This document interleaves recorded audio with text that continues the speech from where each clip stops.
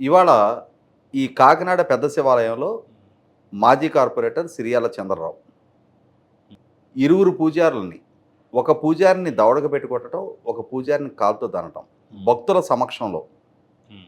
100% ఆక్షేపణీయం. ఆ!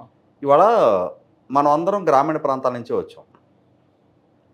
గ్రామీణ ప్రాంతాల్లో ఆ గుళ్ళో పూజారులుగా ఉండేవారికి ఉండే గౌరవ మర్యాదలు ఏంటనేది ప్రత్యక్షంగా అనుభవపూర్వకంగా అవును. తెలుసు మనకి.